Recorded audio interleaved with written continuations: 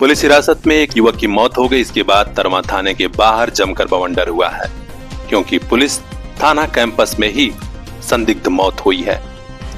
छेड़खानी के मामले में युवक सन्नी को पुलिस ने पकड़ कर लाया था।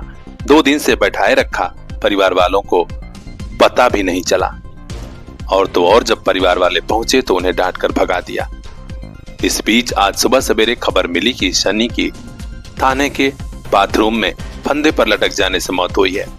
हालांकि परिवार वाले गुस्से में है और कहा है कि पुलिस की प्रताड़ना से ही मौत हुई है।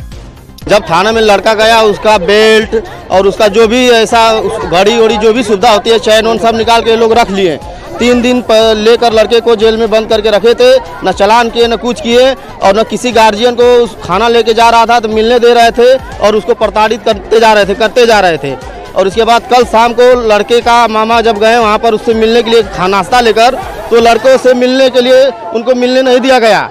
इसके बाद क्या हुआ कि भोर में लोग, रात में लड़का एक्सपायर हो गया। भोर में अपना सब सेटिंग करके जिले से पूरा फोर्स मंगाकर, इसके बाद यहाँ से लाश को हटा गायब करवा कर हम लोग को सूचना दिए। हम लोग यहाँ पर आए हैं, लाश की मांग कर रहे हैं, न लाश दी जा रही है। फोर्स हम लोग को प्रताड़ित कर रही है, भगा रही है यहाँ से। क्या अधिकारी कह रहे हैं कि इलाज के लिए जिले पे गया हुआ है? हाँ, अधिकारी यहाँ के बोल रहे हैं कि अब बिना हमारे दस्तखत के, बिना हमारे गार्जियन के किसी दस्तखत किए, बिना पूछे जांचे सब लोग वो लाश को यहाँ से गायब किए हैं। और लगता है कि आपका भाई जो है वो आप सुसाइड किया है, आत्महत्या किया है? नहीं लगता है, तो हमें पूरा हमें विश्वास है कि हमारे भाई को ये लोग मारे हैं, मारकर।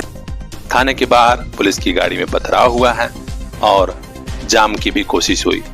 बाद में पुलिस अधीक्षक हेमराज मीणा समेत कई थानों की फोर्स मौके पर पहुंची है और अब पुलिस ने लापरवाही के आरोप में तरवा थाना प्रभारी, एक दरोगा और एक सिपाही को सस्पेंड कर दिया है।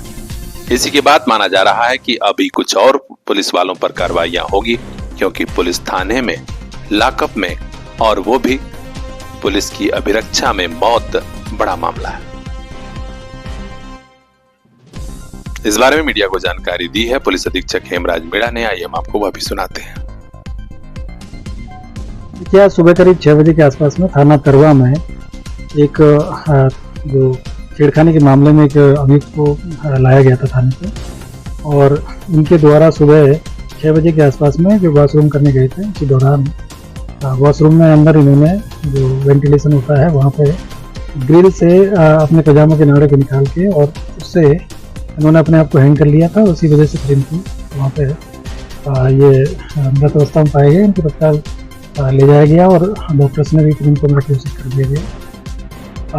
एक लड़की है जिनके द्वारा 29 तारीख को जन शिकायत के दौरान जनता दर्पण में पुलिस ऑफिस में शिकायत किया गया था कि उनको एक सनी नाम का लड़का है जो कुमरी का रहने वाला है, और ये पिछले कई दिनों से इनको परेशान कर रहा है। 2 बार थाने पे इनकी पहले भी कंप्लेन हुई थी, जिसमें इनको समझाया गया था परिवार को बुला के, लेकिन ये मान नहीं रहे हैं और बार बार मुझे तंग करते हैं। इसी पे मेरे द्वारा मुकदमा पंजीकृत करने का आदेश दिया गया था और इनकी गिरफ्तारी के लिए बताया गया था। इसी के दौरान इसमें कल दिनांक 30 तारीख को मुकदमा लिखा गया था थाने पे और इनको थाने पे बिठाया गया था। आज इनका चालान किया जाना था, लेकिन सुबह करीब 6 बजे के आसपास में जब इनको टॉयलेट कराने ले जाया गया तो इन्होंने अपने आप को हैंग कर लिया और इनके बाद में इस तरह की जो घटना है हुई है।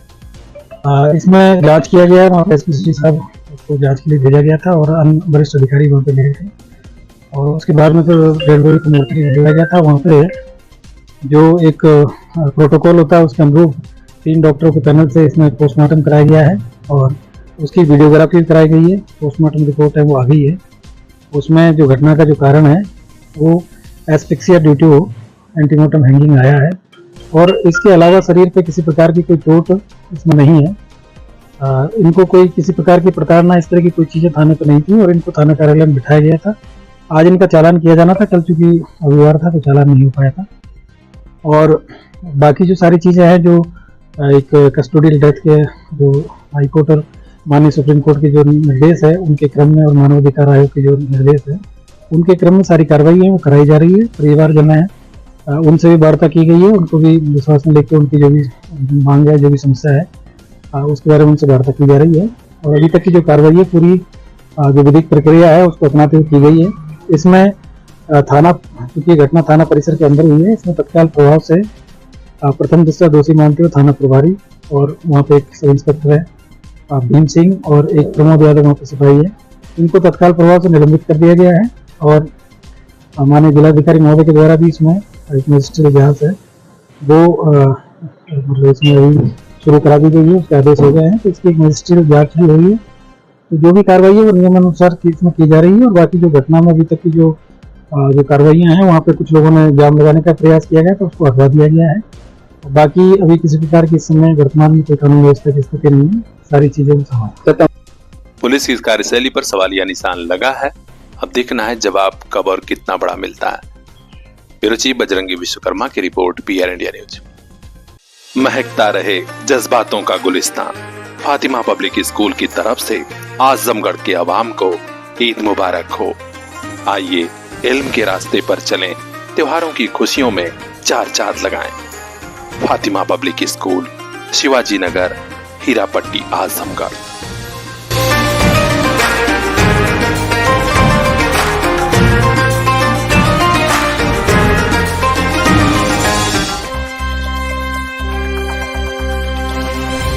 आजमगढ़ में रेशमी नगरी मुबारकपुर के पुरा सोफी मोहल्ला निवासी आमिर फहीम के दुश्मन जब मुकाबला नहीं कर पाए तो अब बुजदिली पर उतर आए हैं। उनके नाम से फर्जी शिकायतें अधिकारियों को, यहाँ तक कि मुख्यमंत्री जी को भेजी जा रही थी। इसका खुलासा जब से हुआ है तब से चारों तरफ चर्चा तेज हो गई है। आज मुबारकपुर थाने पर पहुंचे आमिर फहीम ने बताया कि लोग जब कुछ नहीं कर पाए तो अब ओछी हरकतें कर रहे हैं। हाँ सर, क्या नाम आपका? आमिर फहीम। यहाँ थाने पर क्या करने आप आए हैं? किसी महान व्यक्ति ने मेरे नाम से फर्जी एप्लीकेशन दिया है बिजली विभाग के खिलाफ, और बिजली विभाग के अधिकारी कर्मचारी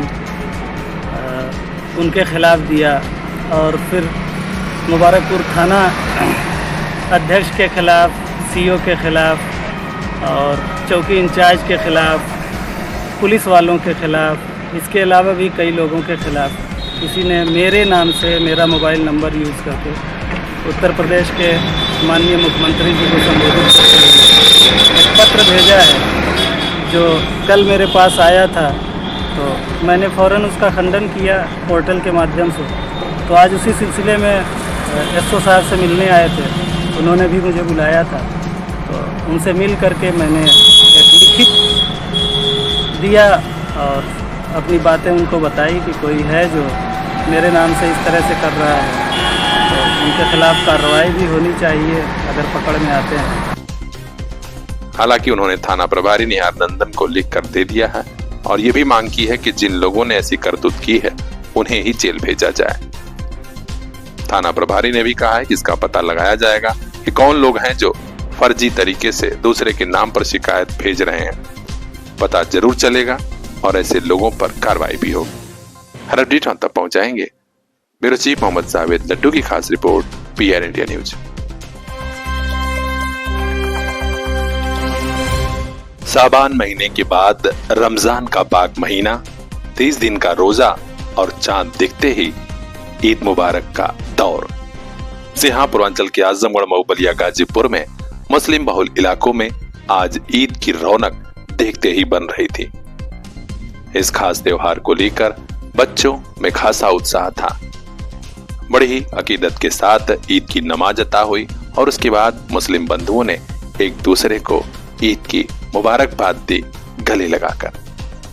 आजमगढ़ के महाराजगंज, बिलरियागंज, परशुरामपुर समेत आसपास के इलाकों में बड़े ही खुशनुमा माहौल में ईदगाहों में ईद की नमाज अता हुई। पुलिस प्रशासन द्वारा सुरक्षा के कड़े इंतजाम किए गए थे, लिहाजा माहौल बहुत खुशनुमा रहा। उधर मुबारकपुर रेशमी नगरी में भी लोगों ने गले मिलकर ईद की मुबारकबाद दी। तो खास खबरों के लिए बने रहिए हमारे साथ, देखते रहिए PR इंडिया न्यूज। महकता रहे जज्बातों का गुलिस्तान। फातिमा पब्लिक स्कूल की तरफ से आजमगढ़ के अवाम को ईद मुबारक हो। आइए इल्म के रास्ते पर चलें, त्योहारों की खुशियों में चार चांद लगाएं।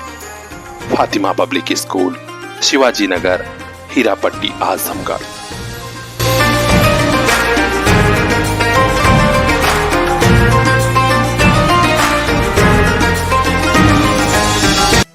मुकम्मल हुए हैं ख्वाब, दाखिला जो मिल गया है। आजमगढ़ का सबसे अच्छा school Fatima public school, Shivaji Nagar, Hirapatti, Azamgarh. Play group to class 8, CBSE pattern, English medium education. हम रखते हैं हर बच्चे का खास ख्याल। सीसीटीवी से लैस सुरक्षित कैंपस, आपके घर तक जाती है स्कूल की गाड़ी। स्पोर्ट्स, कल्चरल प्रोग्राम और भी कई एक्स्ट्रा करिकुलर एक्टिविटीज। तो देर किस बात की, अपने बच्चों को दीजिए क्वालिटी एजुकेशन की सौगात। आज ही कराइए एडमिशन। Contact number 9918543217।